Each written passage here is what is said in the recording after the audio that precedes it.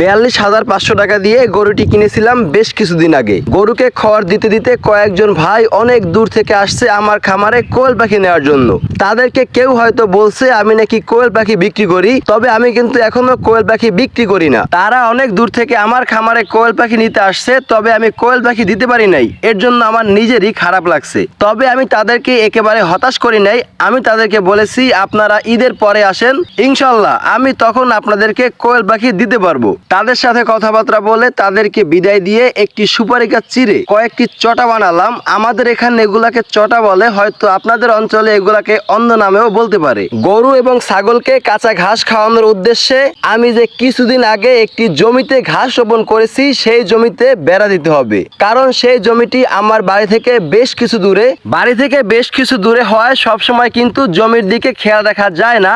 আমার জমিটি যেখানে, তার আশেপাশে কয়েকটি বাড়ি আছে, তারা কিন্তু ছাগল পালন করে। তবে তারা যে ছাগল পালন করে তা কিন্তু কখনোই বেঁধে পালন করে না, ছেড়ে পালন করে। তাই গরু ছাগলের ক্ষতির হাত থেকে ঘাসের জমি রক্ষা করতে গাছ থেকে কিছু ডাল কেটে একটি শক্তপোক্ত বেড়া দেওয়ার ব্যবস্থা করে ফেলি। অন্যের ক্ষতি হয় এমন কোনো কাজ করা কখনোই উচিত না।